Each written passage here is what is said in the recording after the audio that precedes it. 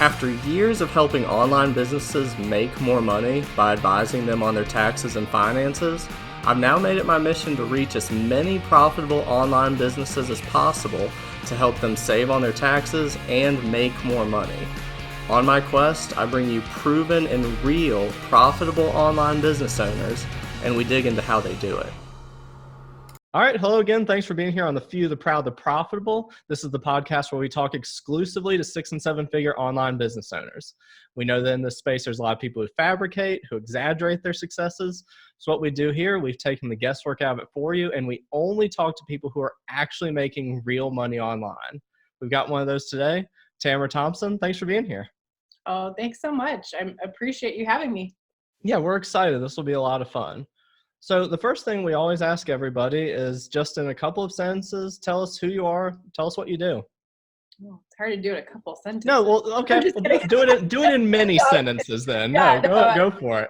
I'm joking with you. Yeah, so I'm a business owner, CEO of a creative video marketing agency, and we help people broadcast their authority online through video content. So starting with your video podcast, which is repurposed into your audio podcast, and then the micro content that goes to help promote yourself as the authority and influence online. So for content for LinkedIn, Facebook, Instagram stories, you name it, we get you out there so you have the relevant content and that omnipresence feel. So you have a done-for-you service really helping you out. Yeah, I think the done-for-you side is helpful too, because at least for me and most of the entrepreneurs I know, unless you were just like the selfie queen to begin with, unless that's what your natural propensity was, video is usually the last thing you want to touch. I think that's for most of us is unless you're a high I. I think the high I's and the D's will step in there on the influence side. Yeah. But it is true though, like people get nervous about video, it's one of those things you want to feel comfortable, if it's a vanity thing, you want to make sure you have your hair and makeup done if you're female, or you have good lighting, or, you want all these questions and all these things that hold people back from taking steps. But if you look at a lot of the large influencers out there, look at Rachel Hollis. I mean, she gets up with her cup of coffee, her hair is like half brushed, in the morning. She's like, I just got up out of bed, guys. Like, she's not worrying about her hair and makeup, but she's there giving content, sharing stories, and she's got millions of followers, at this point. She's just being her. She's just being herself, Wait, and I think but it's a brand thing too. If you position yourself as a brand, if you're a luxury brand or, something like that, then you need to fit the mold that you're putting out there in the space. So totally. Sure. Well, I mean, it's like we were talking about a little bit before, and what I end up talking to a lot of people on this is authenticity. That whatever your truth is, whatever you actually are as a person, that could be you being this big schlubby slob of a person. But if that's what you really are, there's probably over there on TikTok. Right. If that's what you actually are, then lean into that, leverage that. If you're the person who is super corporate and prim and proper, go with that. But I think the sort of incongruity and the disconnect will be where so many of us, what we think people want to see or what we perceive as being a superior way to be is what we try to portray, which if that's who we actually are, yes. It's the same way holding events, right? If you're holding events and you are the authority on stage of your own event, you might step up there and, rock your talk in your jeans and your tennis shoes and hat, or you might wear a dress and heels, or you might wear like slacks and a blouse and flats. Like me, I want to be comfortable, but I want to be classy, right? But I want my personality to show too. So there's my days where I'm in my yoga pants, and there's the days where I'm wearing my black slacks, Right. So, but people have to understand that's just me and that's who I am. So depending on the situation, I'm going to put myself out there. If it's behind the scenes real quick and I really want to show something and I don't quite have my makeup on, I might just do it anyways because I chose to be in that moment. Where we're doing professional content, we're obviously going to have the hair and makeup artist and everything with our production. So that it's clean, it's classy. So but that's me. So. Well, yeah. And I think obviously production value, you don't want to come across as a slob or just gross or anything, but what you said at the outset is one thing that I've sort of realized the longer I've been not that I do a ton of video, but as I've been dipped my toe into this starting 5 years ago, is the first video we did, I don't know how many takes it must have taken. It's some little thing we did on our website that finished content is probably like 2 minutes long, but it was, oh man, this like one hair is out of place and this shirt isn't perfectly pressed. And you obsess over these tiny, tiny details. And you realize you're the only one that's obsessing about it, though. you're the only one. People need to realize. I've had people, in the past, like when I worked in corporate, we had people do like 34 or 64 takes on this one, piece that's going to be maybe like a short, like, well, it wasn't short, but they were for like content for like online educational pieces that were like 20-minute long segment modules. But when somebody can't get the point across every 20 seconds, that's going to be hard to, be congruent. But some people were still worried about, if they started to sweat or perspire or, and the light's getting too hot, having to keep dabbing, redoing makeup. It's just about being able to get through that. And once you finally got through that point, then you're like, I can do that again. Like it's just like start and don't worry about that initial one, because you can always get better. Like you can always get better. So.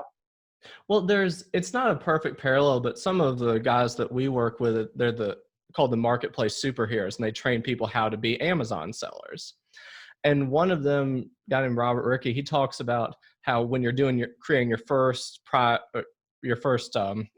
with Amazon, he's like, I wish people would just set that first product on fire, because what he said, people won't end up doing it. They won't end up creating anything because they're so obsessive over these tiny little details, and it stalls them from ever actually you have to launch creating it.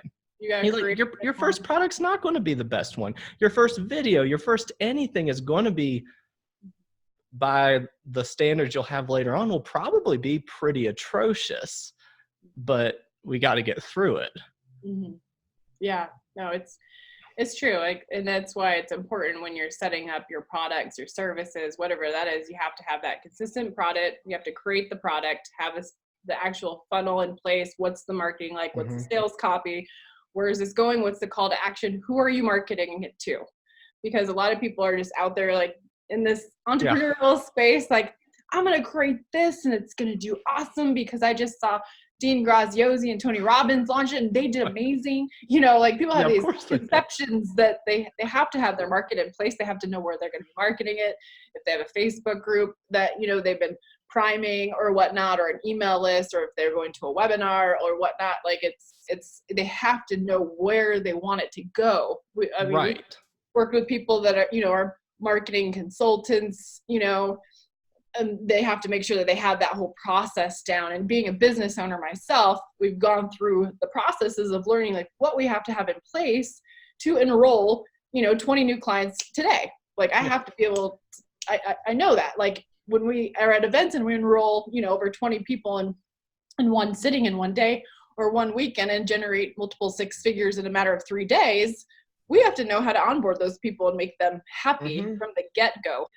So people need to think bigger and stop worrying about like what they look like and get themselves out there in order to build, because the thing with business owners is you have to be able to delegate too. And I've seen a lot of people get stuck because they get focused solely on themselves and get caught up in their own head, so that they're like, oh, I got to do this. I got to do this. I got to do this. Where I would turn around and say, you don't have to do any of that stuff. You need to delegate out to the right people that can own it for you, that do a much better job and do it quicker than you. And what is it that you need to focus on? So that's really what we teach our clients is like, you guys record these 4 videos a month, you pass it off to us, and we have all of this process, and they see like what we're doing behind the scenes in the task manager, but at the same time, they don't have to worry about anything because our team's creating your proper SEO content headlines with what people are actually searching for in their niche, so that they don't have to worry about that.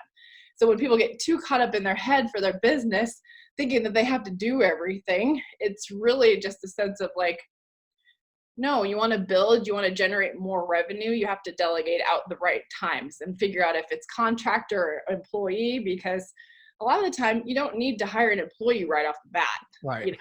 So it's interesting. I could go off on business. Oh, yeah. I mean, well, there's so much nuance to pretty much any decision we make. And what you were saying at the outset when you were talking, that people just, there's two sort of extremes, I guess. It's what we talked about, how people obsess over the minutia of every little detail and it stops them from doing stuff.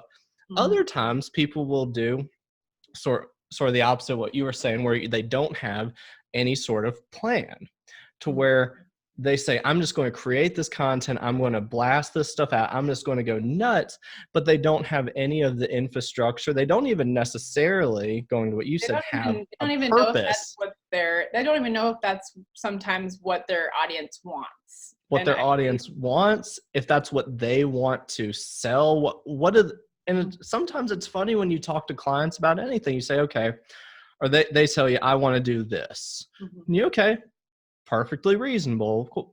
Why do you want to do that? Exactly. And why sometimes right. What's going to happen from the outcome? Yeah. And sometimes it's funny, the disconnect between what a stated goal is versus what, like I said, the how they would actually be able to execute that, and sort of even past the goal, what they're hoping to get from it. There can be this kind of sometimes people have it down pat. Sometimes it is all super congruent. It is the cleanest plan to begin with. Sometimes there's this massive disconnect between what they want from the thing they think they want, and the work they'd be willing to do to even achieve that goal. Well, I've seen that on like different scales. So like you could have someone that's an action taker and a go-getter, but on the side they might be wanting to control everything and be micromanager, right? And that's gonna play some part in like slowing processes down for people. And that's the other sense of like just getting started and doing, and things can get better as you go. And that's what we teach our clients a lot, because it's like you launch your video podcast and maybe you're like, you start doing your first few episodes and then the feedback's out there, everything's created, but we're like, here's the feedback, just let's keep going, because you can always better that, and there's way to post-produce and of course edit things out, right? But when people really figure that out, if they want to, it really depends on what their brand is though, because if they want to be considered a solopreneur or small business owner on that side, that's totally fine. I'm the type of person that's like, I want to build an agency. I want to, I want to build out. I want to provide more jobs for people. I want people to be creative together and help grow, because I'm giving more people opportunity to make money by providing jobs for them. And so like in the bigger picture, the more people that I connect with in areas, they know what we do specifically. They're like, hey, that's great, because then we have JV partners and affiliate partners for our products and services, and because we want to give back. And through our events, it's always important for me to give back too. So each year we give back to a specific charity that I'm always near and dear to as well. And so like this last year, we gave back to the Peace Through Participation Project, because it's a 10-year-old, she's now 11, but she had started this charity because she does come from a more well-to-do family, but she started seeing things out there and having conversations with other young girls that didn't have what she has, and so we wanted to give back to allow people to come to the self-esteem conference for these young girls.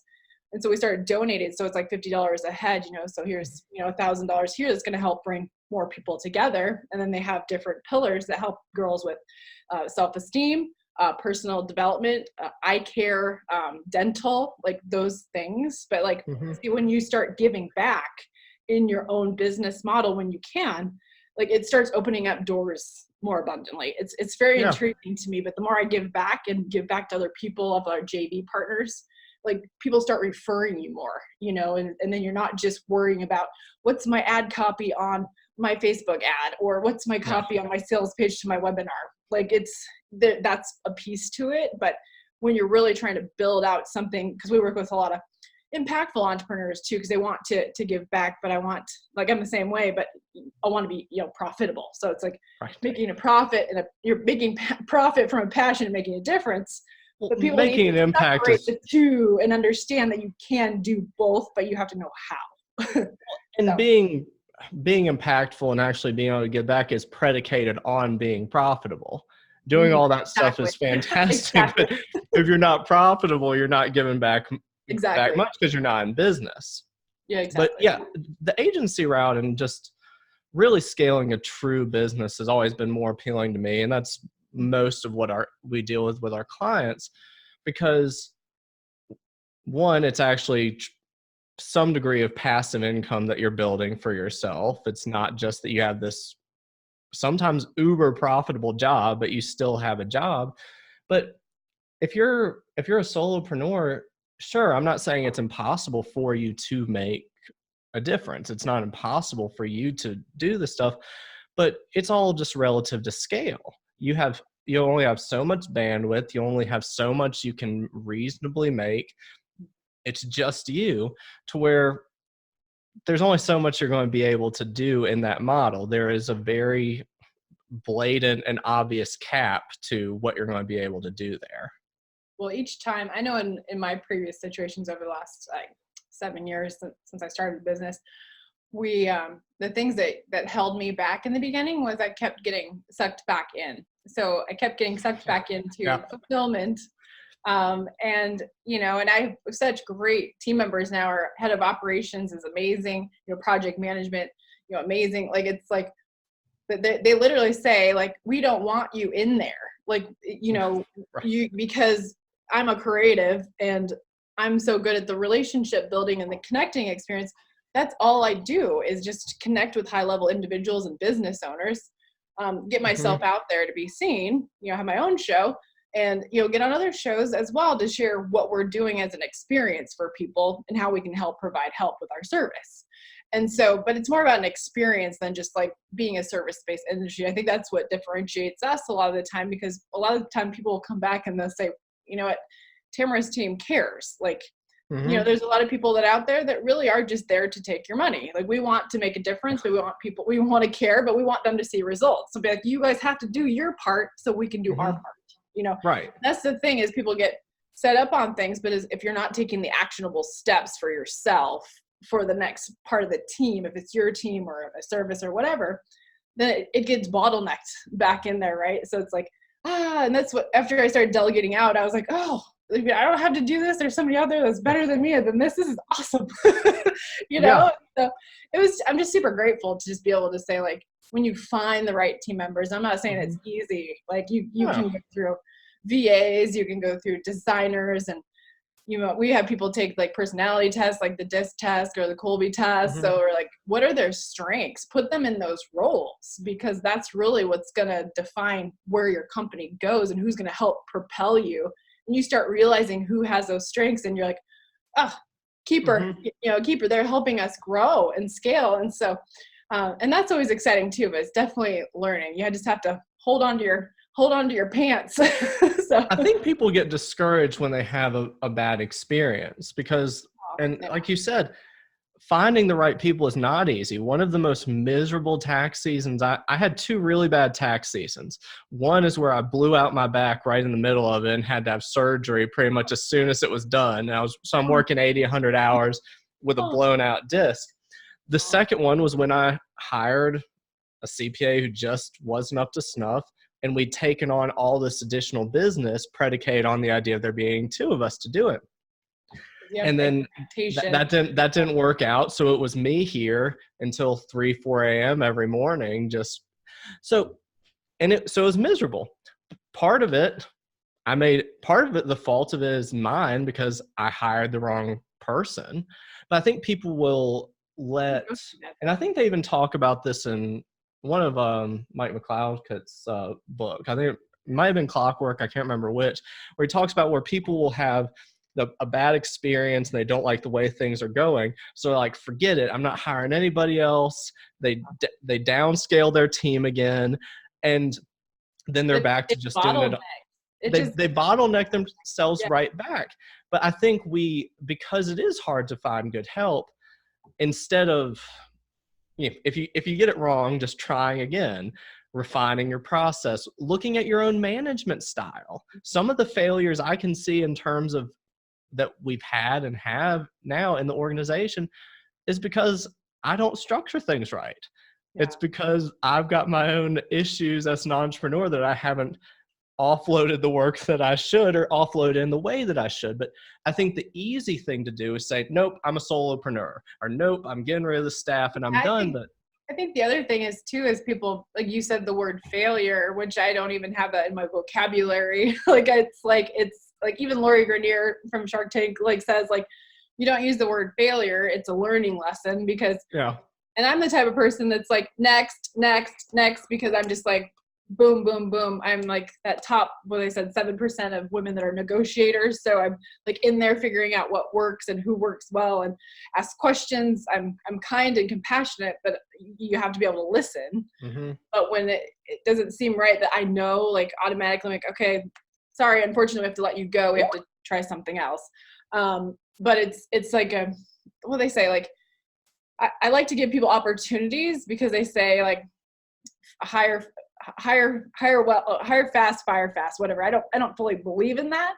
I think that you need to give people an opportunity, express your concern if they're not hitting up to your expectations. And then if that doesn't come through, then you need to just make sure you delegate it out more, because I think people take it personally too. Like, have you ever read the 4 Agreements? I haven't, no. Okay, so well, one of them is don't take things personally. One's don't make assumptions. The third's be impeccable to your word. And 4 is always do your best. So those are 4 agreements. I read that book coming into sobriety almost 9 years ago, and it made me think differently. It allowed my mindset to open up in every situation that I went with. I basically said, like, I plugged those thoughts into my head. I said, like, am I really doing my best at this? Like, probably not. Or, somebody just said something to me and I was like, oh, I'm like, no, wait, I just took that personally. I have no idea what's going on in their life. Right. And then or if something's like, somebody says something, or you see somebody on the street and you make an assumption about them. Like anytime I started shifting my way of thinking, every time I step into a situation, I like to ask lots of questions. And I'm like the follow-up queen, because when somebody says no or rejects me, I say why. So I've turned a lot of yeses or no's into a maybe to, okay, I'm in. Like it's because it's the same with sales calls, right? Enrollment calls, like you have to fight the objections or figure out what the objections are to surpass those. And it's like, it's the same way thinking through business as well. It's like those things I always think about every single day. Like I bring that book into my life and then I'm like, okay, what am I taking something personally? Like, am I just need to ask them, like, if there's something going on in their life right now that they just can't handle these tasks, like we all have lives, but they're there to work for us, with us, to help our business grow. And if they can't do that, then of course we have to let them go. But when you give up on the first person, like you're not going to be able to grow. Like you just next and not take it personally. You've got a job at that point. And I like what you say about not making assumptions or moving too quickly on things, because I think there's some proverb that talks about to he that responds to a matter before he has heard it, that it's a foolishness and a humiliation. I think all of us have this sort of tendency to we speak quickly, we don't listen particularly, and it's easy for us to think we know what is going on, even when any objective data point or analysis would show us the opposite. Yeah. We're real easy to think that it's really easy for us to think that we've got a full view of the picture. And there's some psychological phenomenon, and I always forget what the name of it is, but it's the example it's given is someone cuts us off in traffic. We're like, that idiot, they have no idea how to drive, what a moron, how they'd get their license. But if we cut someone off in traffic, we say, man, I only slept 2 hours last night and the sun was in my eyes and someone yelled at me at work. And you can have all these justifications to where you understand what's going on. But when it's the other person, it's much more cut and dry and there's no nuance to the situation. Because it's easy to point fingers. You can do whatever you want, but inevitably we all have lives to live and there's always something going on. And, I think another thing is that what the entrepreneurs struggle with is the solo business owners might have like the entrepreneur depression, right? And a lot of people talk about this, online openly, where they're like, hey, does anybody have this? And I'm sure every single entrepreneur has had entrepreneurial depression at some point. But like we were talking about earlier before this, is like people can be perceived or put themselves online as crushing it, because it's a social media platform that we can do whatever we want. We can post whatever the heck we want, right? You can position yourself as authority. You can go take pictures with Lamborghinis and go do whatever you want to do to make people perceive you in a certain way, but inevitably deep down those people know that they're not doing the right thing, and then you'll see 2 months later that person falls off the platform, or all of a sudden there's a post of how they are not generating anything for their business because they weren't building a viable business. They're just trying to build influence based on imagery or positioning, which positioning is very important for your business, but you're not working on your business versus in your business, it's not going to grow. And people just need to understand that too. And there's plenty of influencers out there that have made the multi-millions, and they do take pictures like that too. Like they take them in their private jets, and yes, they own those or they rent those or whatever. They have the money to pay for those, but they've built viable businesses. Half the influencers out there have been basically encouraged by other big influencers like Tony Robbins, example. So he told Ed Milet that he needs to speak on more stages. He needs to share his story. He needs to build a brand. And that's what he started doing. I believe he was making, don't quote me right on this per se, but I believe he was making like 400 million in his business at the point before he came online. And now he, just spoke at Lewis Howe's event. He's crushing it. He's just spoke at Rachel Hollis's event. But Ed Milet's like a prime example of somebody that had already built a sustainable business and then it blew up online. So people get this like misconception that, oh, I can do this online because I have a following, but then you might not be attracting the right people with the way that you're positioning yourself online, because you want to have the right positioning for qualified leads that actually will value your service. And if you have a product that's $9.97 a month, that shouldn't be out of reach for most people at that point. If you have a viable business, be like, yes, I want to enroll $9.97 a month for a year. That's a no-brainer because that's going to help me propel my business. I think go ahead. Oh, no, I was just saying but when people are hesitant to things like that, you start understanding that those people are probably not where they say they are, or their positioning is off somewhere. So I've had multiple conversations with people, and it's so intriguing, like where they believe that the biggest investments should be, which I believe strongly in. Making sure that your mindset and understanding the value of yourself is important, first, but understanding you have a valuable service to sell. But when people are only investing in the coaching industry, they need to understand there's other elements of building a business, from the marketing, the copy, the sales, and the teams that are going to help propel you, right? So in the coaching programs that are so high level, yes, they can keep doing that. But a lot of the times I see the same circle just keeps running together for years. And you want to be seen by so many people, right? So invest in different places that make sense for your business is basically what I tell people. So yeah, absolutely. Because this space is always interesting to me, going to what you just said about it being, it's the same circle and it's the same people. The internet marketing space, it's global, but it's also kind of a tight-knit little industry at the same time. So if then you're getting into subsets and subgroups within the internet marketing industry, you might have a population of 100 people where y'all have gotten value from each other, you think you're great, but it's more limiting than I think people want to admit that it is. I also think people feel like they get stagnant, because once you've either done business or you're doing business or continue to do business with the same people, like, where's the excitement in that as well? Like, I understand consistent cash flow, profit, but I never really want to reach more people. And that's why we have a service that can work with people in multiple countries. We've had clients in Canada, Australia, different parts of Europe, and it's like, that's cool. I can work with people from around the world. Right. We don't have to, do anything other than get on these calls to share what they need to do to work with us. And so it's just thinking differently and bigger. I mean, there's so many Facebook groups out there that people can go connect with new people. They can start their own Facebook group to attract the niche that they want to, or so they think they want to, until they really figure that out. Sometimes people create things and then they realize through that experience that's not who they want to target, but at least they've learned that through the lesson, right? So yeah. So it's so cool to watch people grow, though. Yeah.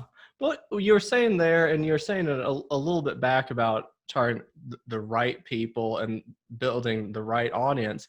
I could be wrong. I think it might have even been Desiree who had some post about people on TikTok, that building this huge following on TikTok, the real danger you can have there, because TikTok, everyone's going. It's really good for like product placement, like, you know, anyone that's like doing like like MLM or, you know, network marketing, those products, like, I think that those influencers are killing it with hair products or Pringles chips or Doritos.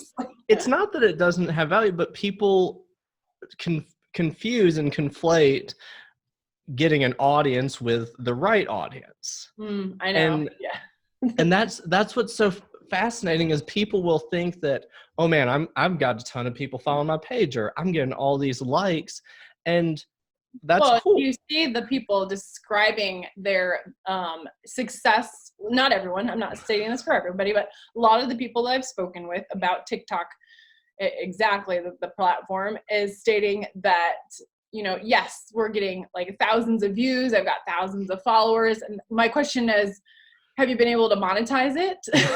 Exactly. And they go blank, and I'm like, exactly. I need to know, like, people are having these conversations on social media and they're like arguing with each other about how you can. I was like, tell me exactly how you're going to build your sustainable business on TikTok if you do not already have millions of followers elsewhere.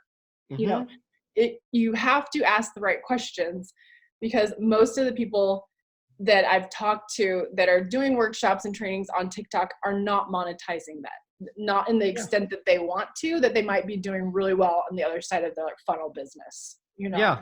So it's very intriguing, and people can get into heated discussions or whatnot, but you have to have the right market, and TikTok is a place where it's a lot of young millennials at this point. So if you have that product that caters to that, go for it. and that's what's interesting too, is that the population you have there is maybe not the best population for most people. And it's so funny to me, you'll have these people who are business coaches or selling something very corporate on their main page, and that's what they are. They're Mr. Corporate. Then they go on TikTok and they're just acting a fool. There's no connect, but they're acting like it is. It's like, okay, this one you're running around just doing sketch comedy. This one you're selling, and you think that these are somehow tied together. The one thing that I have seen, though, that I did ask one person in specific, I said, did you notice that she said she had a conversion? I said, did you have a conversion because that person moved over and followed you over here? She said, yes. I said, so she moved here. She saw this fun side of you. She converted onto the product, but she's already a follower on another channel. So she's already aware of her. Right. So, you know, you got to think of different things too. So they're seeing the fun personality come out, but you can do that on any platform, right? Right. But it's just the way. I'm not saying not everyone's doing something that can convert, but it's just the way that they're positioning TikTok right now. And it could change. We could have more business owners go over there. It could change by the time we publish this might be out of date information. It might be. And this is just based on the conversations I've had in the last 30 days, you know, with people that are on TikTok.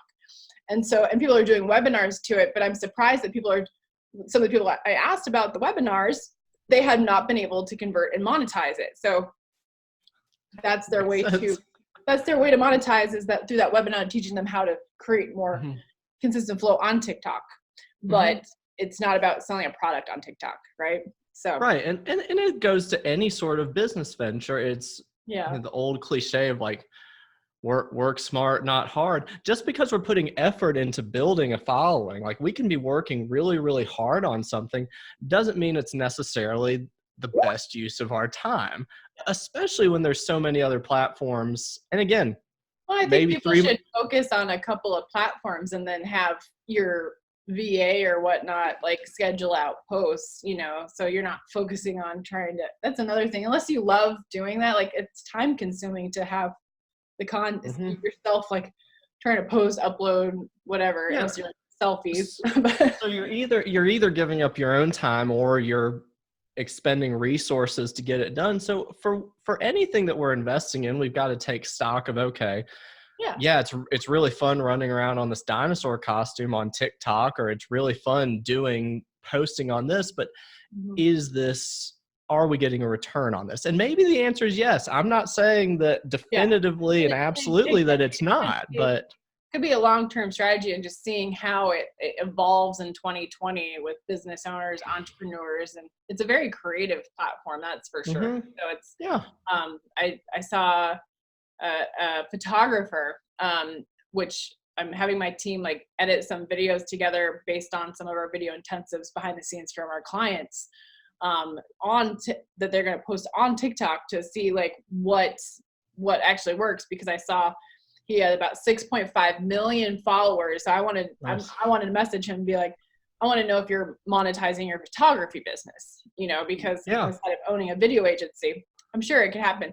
But at the same time, is who's watching his stuff though? Is it 14-year-olds? They're like, this guy's a really like kick butt photographer, like I love his stuff, I'm going to follow it. Like how many of that 6 million are people that are just really love his cool content? Because it shows this cool photo, and then it comes like through like behind the scenes, going into the photo, and shows the final product, right? And so it's really creative, right? So we're going to do the same thing with video. But at the same time, how many people are those actually going to hire you? But you could be picked up by something else. You could be picked up by Ellen. You don't know. Yeah. The Ellen show next week. Right. So if you're like a 4-year-old kid that's really cute and can sing. Yeah. Oh, all right. Well, I tell you what, we've been rolling here for a little bit, so I'm going to skip question 4. If we have time, we might circle back to the other ones. But the one that we always like to ask people is just to give a tip that you think that every online business owner should know. Well, of course, going back and talking more about visibility, it's just really about getting yourself out there. If you're creating videos already, I mean, if you're not, obviously get started. That would be my number one recommendation. Get going with video, because video's going nowhere, and it's the main platform. I mean, look at like YouTube, TV, Hulu, Netflix. Everybody's taking over regular television at this point. Everybody's online. Everybody has a mobile device. So it's just like being able to use our mobile device daily or weekly or whatnot, but thinking of ways to get themselves out there and figure out which platform they want to be on, what actually resonates with you, and where do you think that your audience may be. We've had conversations with people that want to do, Instagram, but we're like, I think you should probably start with Facebook, because there's different areas that you could actually start with in those groups first and then lead into there. But it's all personal preference too. So, but it's really about just starting videos. If it's short videos, stories, if people want to get going first, get going with stories, because then you can just get confident with short clips. And you don't delete it. Yeah, don't delete it. I've had people post and delete, or people have taken 22 takes and they're like, actually, I realized the number 1 take was the best take. I was like, do take 1 and just post it. And don't be fearful of it, and telling them that, like, not everyone's going to resonate. And if anybody's ever a naysayer, just delete them. Like it's not, it's usually people are envious because secret they want to be out there, they want to do something, or they're going through something in their own life that just doesn't resonate. But yeah, I mean, I think honestly, if people haven't done video, but the whole thing of this year to 2020 is about creating content and repurposing it, and that's where it's going to be at. But doing it in a creative way, so that your same post isn't going to be the same exact video clip from YouTube to Facebook to LinkedIn. It's different. It's targeted differently. It's split up differently. It's different graphics, different color tones, so that you can get creative. So if you have people are following you everywhere, they see a little bit different type of positioning clip from each of your shows. Well, so I think that's the one thing, that's just repurposing it, but making it different and creative for each platform if you choose to go on multiple platforms. I think people don't understand the need for native content. I don't think that people understand the importance of the content being native and designed for that platform. And the mistake so many people make. And right There's now different dimensions that convert. Like I can go into, I won't go into all the it's a whole science. So I'm not looking to I could talk to you for hours about your expertise on what actually makes the difference. But I think people just think, oh yeah, this video is great. I'm going to post this on every single platform, and but thinks do it that at different times too, though, because all of a sudden people are online and they're like, oh, I just saw, scrolling through my feed, I just saw you again, there you are, same video, okay. It's like playing a video game, Yeah. but yeah, just understanding, like, so like with our clients, like their podcast may launch on Mondays, like early, but then their show for video on YouTube will launch Tuesdays, right? And then the micro content scheduled out on different platforms, different times of the week, Monday through Friday, so that it can lead them back to the main purpose, to the main episode, to subscribe and gain more content. So it's like strategically, if they didn't see that, or if they didn't see that, then they might have saw that, or they saw that. So it's like just finding that flow.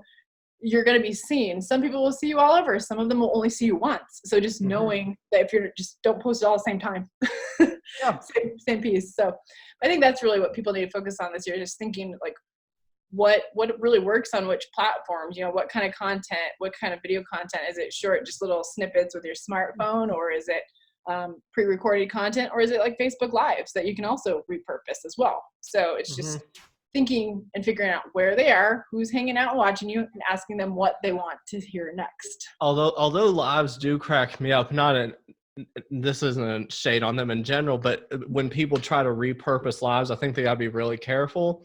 One time I kept getting ads for somebody's, whatever their service was, I can't even remember now, but it was a clip from their Facebook Live that they had put banners on, but they were responding to the audience like, oh, hey, Jesse, how you doing? And that was part of their 30-second clip of the product they were selling, was they were clipping a part that actually had not bloopers exactly, but things that I think are difficult and not the cleanest for people need to evergreen type thing. If people are running ads, they need to be aware of what they're pulling from their lives, because obviously we work with people where we repurpose their lives, but it's on the sense of getting more traction to their show, not necessarily their webinar, or people trying to position the webinar as being live and it's not. There's some things that, there's ethical things in there. And people are just trying to test things too. I think also with Facebook ads, if they're not targeting right, or they don't have their settings right too, for people that might have already, like what I've seen is people like, oh, I've already seen this webinar, or, people aren't, doing specific things. It's interesting to see like where people like show up too. So yeah, it's very important to pick the right stuff from repurposing your Facebook Lives, because it's like, hey, and they're like trying to be in there as if it's live or whatnot. Well, and this sort of goes to what we talked about at the outset, is that I think there's just sort of this, there can be extremes. I think for most things we deal in extremes, to where it's either I need this to be so pristine and perfect to where they barely do anything or they don't do it at all, or it's just like, let's just throw this against the wall and see what sticks. Yeah. And there's some balance in between there to like, just do it, just start, just try, just experiment with stuff, but also have some sort of an idea of what you want to do and some quality control of what you're putting out there. So like when we work with our clients, it's always about what we do the market research first. So it's what are people actually searching for? Let's learn a little bit more about your target market. Who is it that you want to attract? Who is it that you are actually attracting? And then let's figure out what the content is that you're sharing. Obviously, we give feedback on how to shoot your videos in a better quality, but it could come back and I'll be like, I have some suggestions for your next video for sure. Like let's not shoot outside, but if you really need to shoot outside because that's more of your brand, then we're going to find ways that can help, but probably not best to sit outside most often so you can control the audio. But like we work with people on things, but it's like giving that feedback, but getting them more confident on video as well. And once they start seeing it and seeing what we're creating, it's like, this is what we're doing as an experience. And then they just want to keep doing it. Like I've seen people, we had a gal come out to our event that enrolled in our program, and she's gotten so addicted to Facebook Lives. Like she's done one every day since she left our event. And I was like, I didn't ask her to do that. I didn't tell her to do that, but she's like having fun and it's boosting her confidence along the way, you know, as we're getting her to set up her show and stuff. So it's just like, but it's fun to watch because we encouraged her to do something that she's never done before. And now she's excited about it. So she's preparing herself for her show, you know, but it's cool to see that because once you do it, then like I've seen people they just run with it, you know, but you have to have a strategy in place of what the content is, who the guest is on your show, who are you targeting, what is the proper SEO that's going into this podcast, you know, all the things that you need to think about, like when your team's sending it out too. So it's a little bit of both, like, yes, got to take the action, but there's a lot of strategy behind it, distribution, as well. Yeah. Basically help there. So yeah. Right. And that's where an agency like yours helps out, because I think for most of us, especially starting out, when you're doing something you're uncomfortable with, like video, which is uncomfortable for most of us. Get comfortable with the uncomfortable. Yeah. So that's bad enough that you're having to get in front of camera. Then if you add layers of different things, you add a bunch of administrative type work, you have to do scheduling, tagging, getting all of the stuff done on the back end, and you that's overwhelming for people. It's overwhelming, and you add in on top of that the uncertainty of, I really don't know how to edit this video. I don't really know how to do any of this. So I'm doing something I don't want to do to begin with. Then I've got to do other work I really don't want to do on top of that. And then I don't really know what I'm doing at any of it. The chance of it being done with any sort of longevity, I could see being pretty low. So having an agency like yours, I think, is probably the success rate skyrockets. When people are ready to work with us and they're really like, they're ready to delegate out and they have the means to do so and they see what the investment can bring back. It's about people being able to see like, that's a no-brainer, because the sense of like just one, depending on what their offer is, you know, they enroll one person because somebody heard them or saw them, then, you know, let's say they have a certain product and they're like, oh, 2 people out of the whole year out of our service helped get your investment back. And think of how many more people can do that. That's just, you know, it's just like when you think that way versus like, oh, like, I don't know if I should do this right now. I don't think it's right for me, because you have people come in that are like, maybe really rear it up and then all of a sudden they retract. It's usually within themselves and their comfortability, or not understanding how valuable just more people seeing you and hearing you in general will allow more opportunities for people to hire you. And so it's comfortability too, personality types. You know, some of us are introverted. I'm an extrovert for sure. And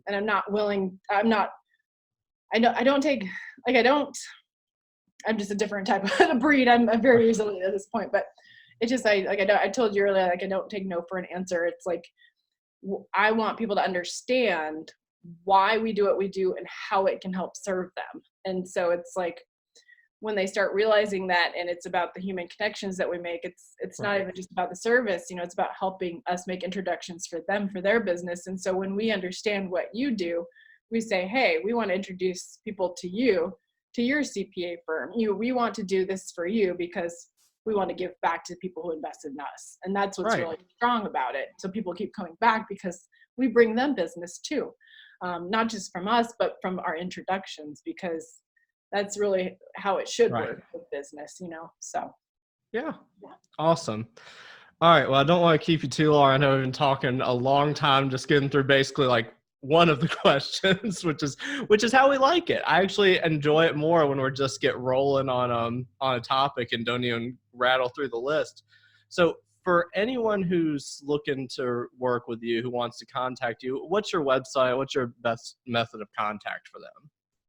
Yeah, if they go to broadcastyourauthority.com, it can link back to basically one of our opt-ins that can help talk about how you can utilize and optimize your YouTube channel. That's the best way to get in through our channel, or follow my Facebook page, Director Tamara Thompson, would be a great one as well. Facebook's a great way to connect. But yeah, broadcastyourauthority.com is a great way to just lead into our sequence. So we get to know me a little bit more of my video trainings, and just see how we can help position you as the authority as well. So. Okay, cool. We'll put those links in the description. Thanks so much for being here again. Oh, thank you for having me. I appreciate you. Yeah, this was a blast. So yeah, to everyone watching, thanks for being here again on the Few, the Proud, the Profitable, where we only talk to legit 6- and 7-figure online business owners. Remember to like this, to subscribe, to review it. And yeah, we'll catch y'all next time.